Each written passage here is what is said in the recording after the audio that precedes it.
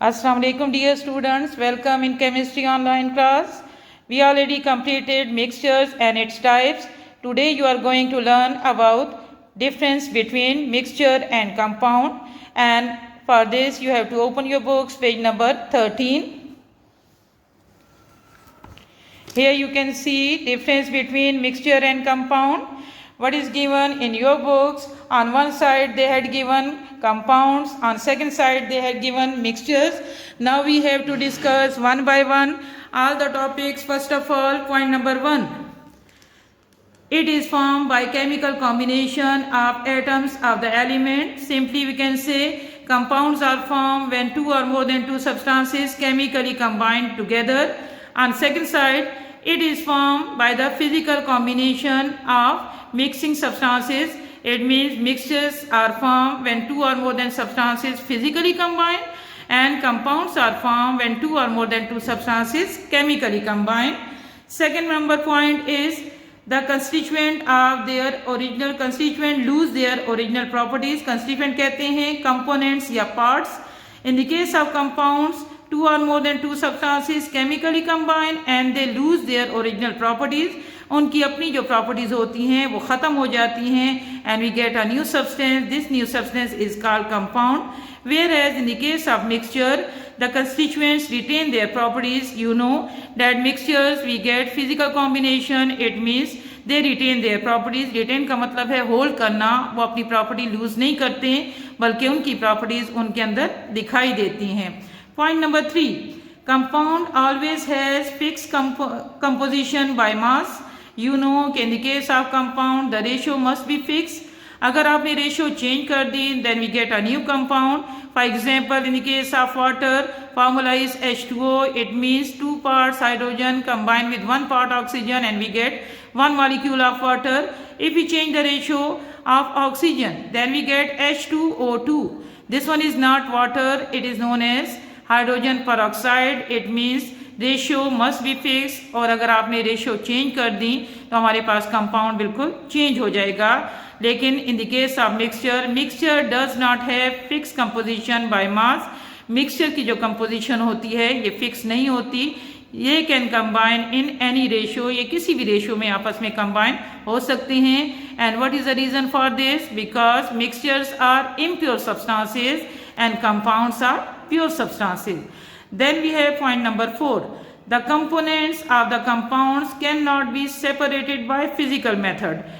इसमें कहा गया है कि जो कंपोनेंट्स होते हैं कंपाउंड्स के, इसको आप फिजिकली एक दूसरे से अलग नहीं कर सकते. क्यों नहीं कर सकते? Because they are form by chemical combination and they can be separated only by applying chemical methods. While in the case of mixtures, as they combine physically, it means the components of the mixture can be separated by physical method.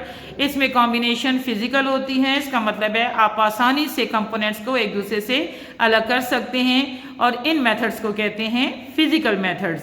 Then we have point number 5, representation. What is given? Every compound is represented by its chemical formula. You know that compounds are represented by formula. It means compounds can be represented by its chemical formula. Chemical formula shows not only the presence of elements but also their ratio.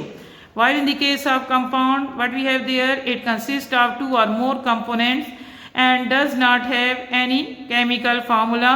इसमें combination किसी भी ratio में हो सकती है. That's why इनको हम chemical formula से रिप्रेजेंट नहीं कर सकते. पॉइंट नंबर 6 हमारे पास है nature. What is the nature of compound? Compounds have homogeneous composition. Compounds का आपको पता है कॉम्बिनेशन हमेशा फिक्स होती है. इसका मतलब है इनकी कंपोजिशन हमेशा होमोजीनस होगी. लेकिन इन the case of mixture they may be homogeneous, they may be heterogeneous because there are 2 different types of mixture. When combination is uniform then we get homogeneous, and when composition is not uniform then we get heterogeneous.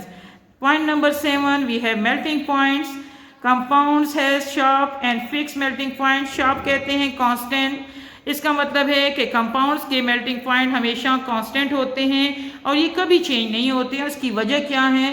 Because compounds are pure substances and their combination is always fixed.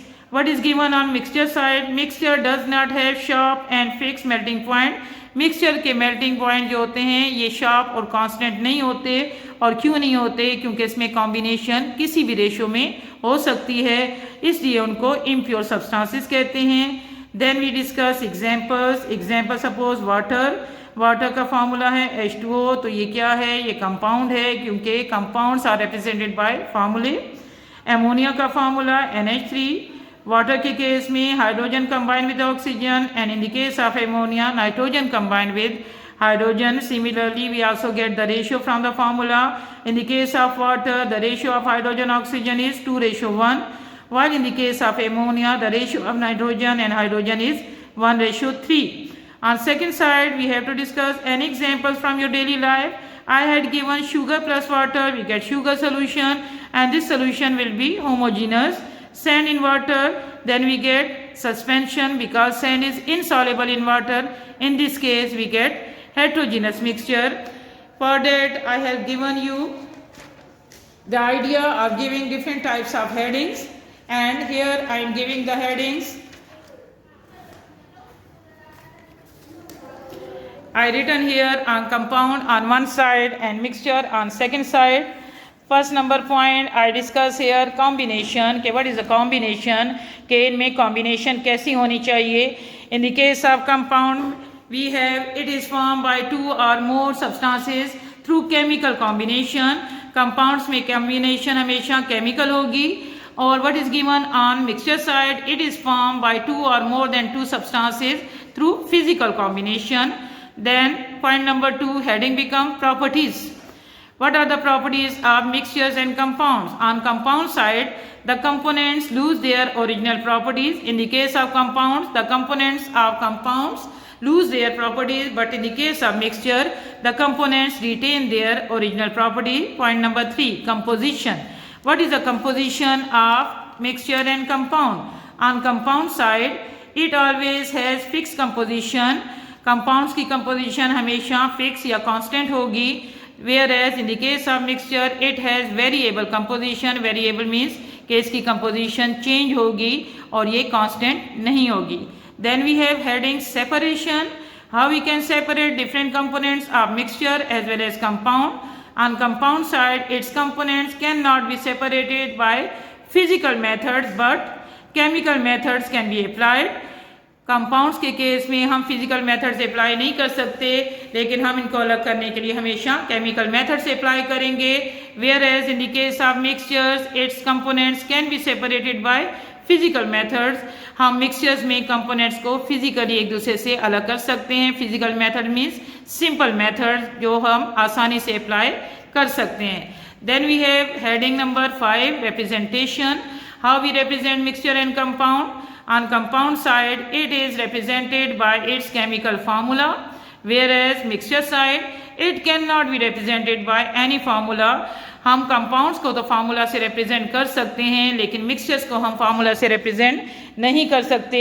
और क्यों नहीं कर सकते? क्योंकि compounds में combination fix होती है और mixture में composition किसी भी ratio में हो सकती है, तो variable चीज़ को हम represent नहीं कर सकते। melting point क्या है? मिक्सचर्स में it has sharp and fix melting point. Compound side पे it has sharp and fix melting point, और मिक्सचर्स पे it does not has sharp and fix melting point. Mixtures में हम मेल्टिंग पॉइंट जो होते हैं ये कांस्टेंट नहीं होते, फिक्स नहीं होते, लेकिन कंपाउंड्स के मेल्टिंग एंड बॉइलिंग पॉइंट हमेशा कांस्टेंट होते हैं क्योंकि मिक्सचर्स इम्प्योर हैं और कंपाउंड जो हैं ये प्योर हैं। Then we have heading number 7, nature. What is the nature of mixture and compound? On compound side, it has homogeneous composition. या इसकी जो nature होती है हमेशा homogeneous होती है। homogeneous कहते हैं यूनिफॉर्म होती है और ये कभी भी चेंज नहीं होगी because it is a pure substance. Whereas on mixture side, it has both homogeneous as well as heterogeneous combination. It means कि इसकी nature homo भी हो सकती है और हेट्रो भी हो सकती है। That's why we divided the mixture into homogeneous mixture and heterogeneous mixture. Homogeneous composition is uniform, whereas heterogeneous composition is not uniform but it is variable. Then examples, water formula is H2O. It is a example of compound because ratio is 2:1, hydrogen oxygen combined together, and this ratio is always fixed. That's why it become compound.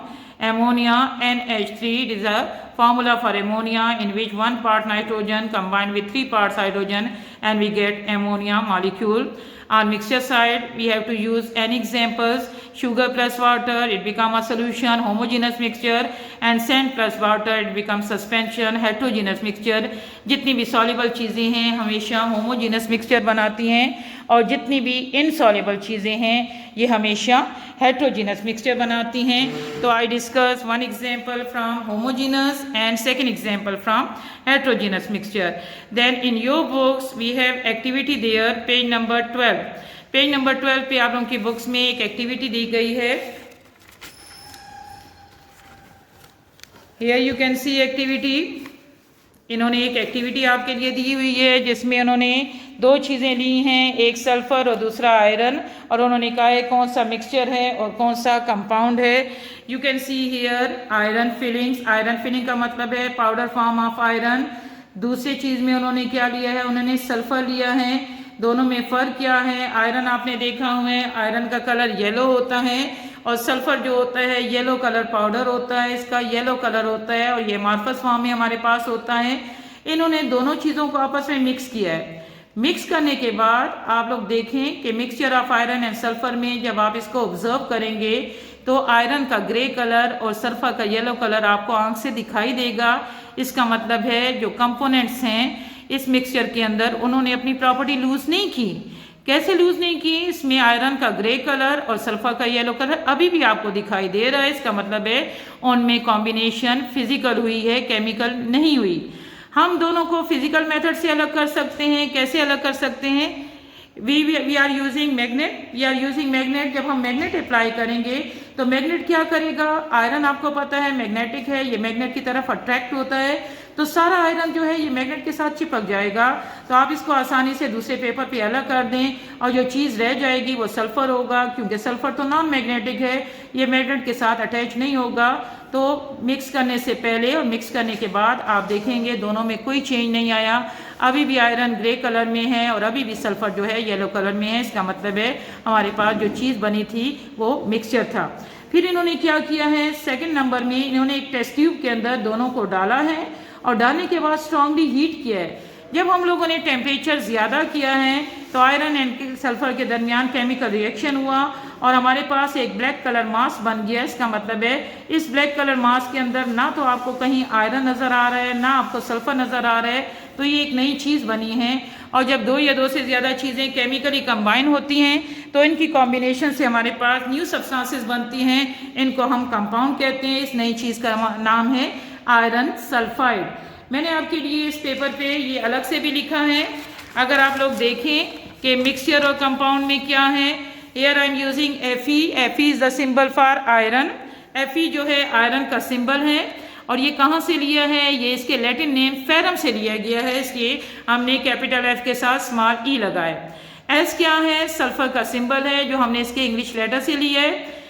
Iron का colour क्या है, आप लोगों ने iron देखा है grey colour होता है. सल्फर जो है बिल्कुल आयरन ही की तरह होता है लेकिन ये क्या है, इसका कलर येलो होता है. दोनों को हमने रूम टेम्परेचर पे आपस में अच्छी तरह मिलाया तो हमारे पास मिक्सचर बना है. क्यों मिक्सचर बना है, क्योंकि दोनों को मिलाने के बाद कोई नई चीज़ नहीं बनी. अभी भी सल्फर और आयरन के कलर आपको नज़र आ रहे हैं और मैग्नेट के ज़रिए आप आयरन को सल्फर से अलग कर सकते हैं. इसका मतलब है फिजिकली वो कंबाइन हुए हैं, इसलिए हमने दोनों को फिजिकल मेथड से अलग किया है. कंपाउंड में हमारे पास क्या है, वही आयरन है वही सल्फर है. हमने दोनों को मिक्स करने के बाद स्ट्रांगली हीट किया है. Here I am showing delta. Chemistry में जिस एरो के ऊपर डेल्टा होता है, डेल्टा का मतलब है हीटिंग, कि हम लोगों ने हीटिंग पे रिएक्शन किया है.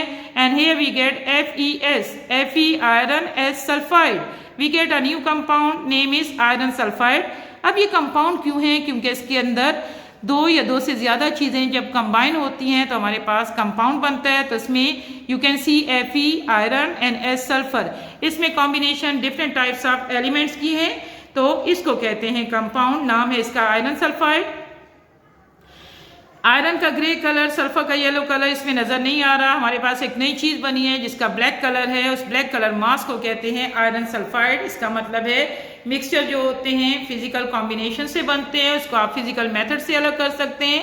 कंपाउंड जो होते हैं केमिकल कॉम्बिनेशन से होते हैं और इसको आप फिजिकल नहीं बल्कि केमिकल मेथड से एक दूसरे से अलग कर सकते हैं। आज के लिए इतना काफ़ी है। इंशाल्लाह in next lecture we will discuss new topic. Till that, goodbye and good luck and keep healthy and safe at home. Allah Hafiz.